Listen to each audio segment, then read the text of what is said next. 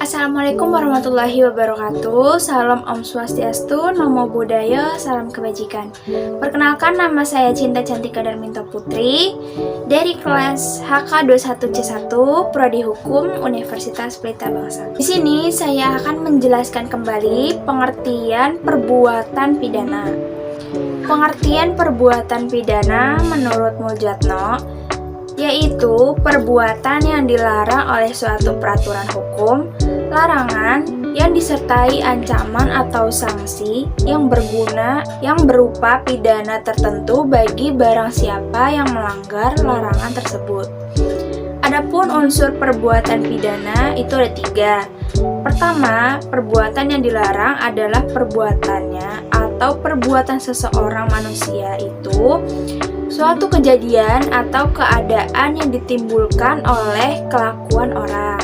Yang kedua, antara larangan atau yang ditunjukkan pada perbuatan dengan ancaman pidana yang ditunjukkan pada orangnya. Terdapat hubungan yang erat biasanya. Yang ketiga, untuk menyatakan adanya hubungan yang erat itulah maka digunakan istilah perbuatan pidana, suatu pengertian abstrak yang menunjuk pada 2 keadaan konkret, yaitu pertama adanya kejadian tertentu atau perbuatan, dan yang kedua adanya orang yang berbuat atau yang menimbulkan kegiatan itu. Artinya, walaupun perbuatan secara unsur telah terpenuhi, tapi tidak dituangkan dalam undang-undang, maka tidak mempunyai kekuatan yang mengikat. Tujuan dengan dituangkan dalam undang-undang yaitu sebagai langkah preventif baik secara umum maupun khusus.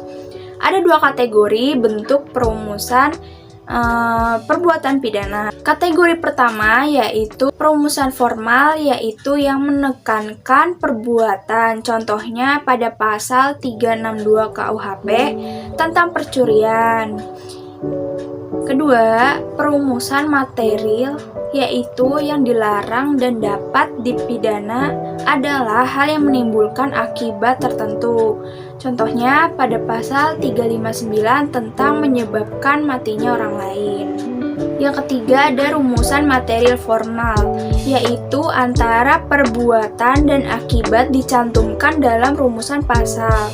Contohnya pasal 378 KUHP tentang penipuan. Kategori kedua itu ada delik komisi, yaitu pelanggaran norma dalam bentuk delik.